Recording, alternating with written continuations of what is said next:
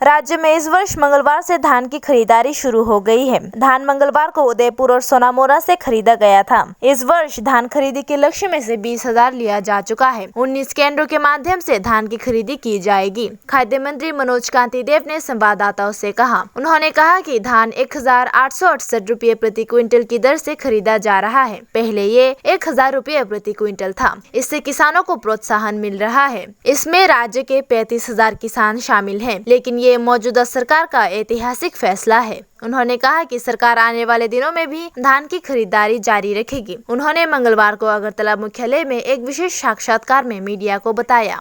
राज्य सरकार परिवर्तन पर बीजेपी और आईपीएफटी सरकार गठित होवार पर 8 मासेर मध्येई आमरा कृषकদের কাছ থেকে সহায়ক মূল্যে ধান কেনার কাজ শুরু করি এফসিআর মাধ্যমে ফুড ডিপার্টমেন্ট এবং এতে ব্যাপক সাড়া পরিলক্ষিত হয়। সারা রাজ্যের প্রতিটা প্রান্ত থেকে ধান সংগৃহীত হচ্ছে এবং আজকে 8 জুন আজকে উদয়পুর এবং সোনামুড়ায় দুটি স্থানে একই সময়ে ধান ক্রয় করা শুরু হয়েছে। তো আমাদের এবারে টার্গেট 20,000 মেট্রিক টন ধান ক্রয় করা। তো বড় মরশুমে যে 19টা সেন্টার করা হয়েছে 19টা সেন্টারের মাধ্যমে সেই ধান ক্রয় করা হবে। যদি সেন্টার আরও বাড়াতে হয় প্রয়োজনের ভিত্তিতে সেন্টার বাড়ানো হবে।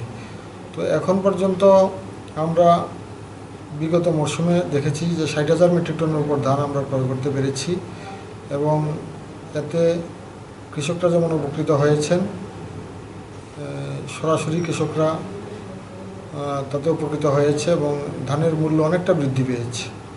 যে ধান আগে 1,000 টাকা কুইন্টাল ছিল সেই ধান আজকে 1,868 টাকা কুইন্টাল প্রতি আমরা ক্রয় করছি। এতে প্রায় দ্বিগুণ লাভ হচ্ছে কৃষকদের এবং একটা সময়ে এই রাজ্যের কৃষকরা উৎসাহ হারিয়ে ফেলেছিল ধান চাষ করতে। বর্তমানে আমরা দেখছি যে ধান চাষ করতে কৃষকদের মধ্যে উৎসাহ বৃদ্ধি পাচ্ছে এবং ধানের ফলনও বৃদ্ধি পাচ্ছে।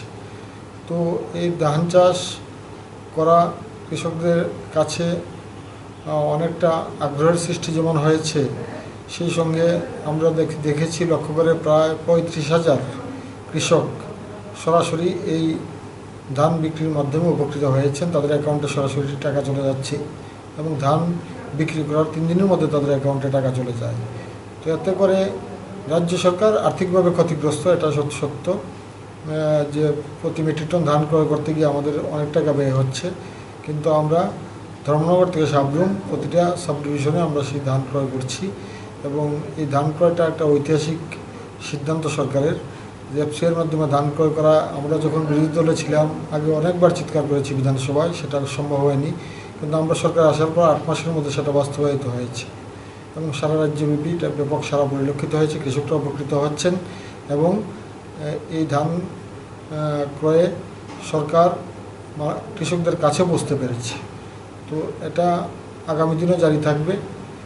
যতদিন এই সরকার থাকবে ধান কেনা বন্ধ হবে না, আমরা ধান ক্রয় করব।